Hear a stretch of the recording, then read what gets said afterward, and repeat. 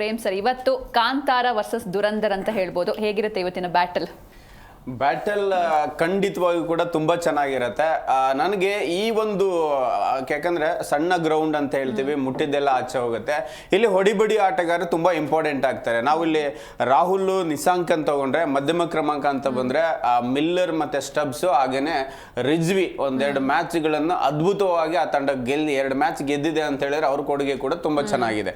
ಈ ಇಷ್ಟು ಜನ ಆಟಗಾರರ ನಡುವೆ ಇರುವಂತ ಬ್ಯಾಟಲ್. ಇನ್ನೊಂದ್ ಕಡೆಗೆ RCB ಅಂತ ಬಂದಾಗ ಒಂದು ಮಧ್ಯಮ ಕ್ರಮಾಂಕ ಈ ಹಿಂದೆ ಹೇಗಿತ್ತು ಅಂತ ಹೇಳಿದ್ರೆ ಡಿ ವಿಲಿಯರ್ಸ್ ಒಬ್ರೇನೆ ಮಧ್ಯಮ ಕ್ರಮಾಂಕ, ಉಳಿದಂತೆ ಯಾರು ಇರ್ಲಿಲ್ಲ, ಅವರೊಬ್ಬರೇ ಎಲ್ಲರದು ಪಾತ್ರ ನಿರ್ವಹಿಸಬೇಕಾಯ್ತು. ಈಗ ರಜತ್ ಇದ್ದಾರೆ, ಜಿತೇಶ್ ಇದ್ದಾರೆ, ಟಿಮ್ ಡೇವಿಡ್ ಇದ್ದಾರೆ, ಶೆಪರ್ಡ್ ಇದ್ದಾರೆ, ಈಗ 4 ಜನ. ಹಿಂದೆ ಡಿ ವಿಲಿಯರ್ಸ್ ಒಬ್ಬರೇ ಇದ್ರು. ಹಾಗಾಗಿ ಭದ್ರವಾಗಿದೆ RCB ಮಧ್ಯಮ ಕ್ರಮಾಂಕನು. ಅದರಲ್ಲೂ ಕೂಡ RCB ಯಲ್ಲಿ ಈಗಿನ IPL ಆಧಾರ ಮೇಲೆ ನೋಡಿದರೆ ಮಧ್ಯಮ ಕ್ರಮಾಂಕದಲ್ಲಿ ಅತ್ಯಧಿಕ ಸ್ಟ್ರೈಕ್ ರೇಟ್ ಹೊಂದಿರುವ ಆಟಗಾರರು ಅಂತ ಹೇಳಿದ್ರೆ ಓಪನಿಂಗ್ ಅಲ್ಲಿ ಇರ್ತಾರೆ. ನಿಮಗೆ ಮಧ್ಯಮ ಕ್ರಮಾಂಕದಲ್ಲಿ 200+ ಸ್ಟ್ರೈಕ್ ರೇಟ್ ಅಲ್ಲಿ ಅಂದ್ರೆ ಪವರ್ ಪ್ಲೇ ರೀತಿನೇ ಆಡುವ ಆಟಗಾರ ಇರೋದೇ ರಜತ್ ಪಟೇದಾರ್. ಅದೇ ಮೋಸ್ಟ್ ಡೇಂಜರಸ್ ಡೆಲ್ಲಿಗೆ.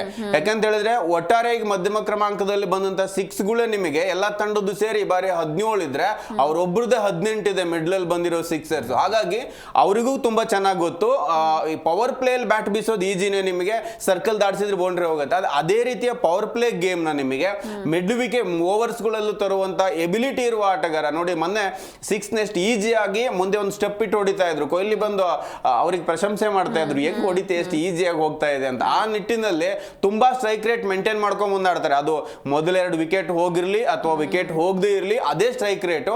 ಹಾಗಾಗಿನೇ ನಿಮಗೆ ಡೆತ್ ಬರುವಂತ ಬ್ಯಾಟ್ಸ್ಮನ್ ಗಳಿಗೆ ಸ್ಕೋರ್ ಹೆಚ್ಚು ಮಾಡ್ಲಿಕ್ಕೆ ದಾರಿ ಆಗುತ್ತೆ.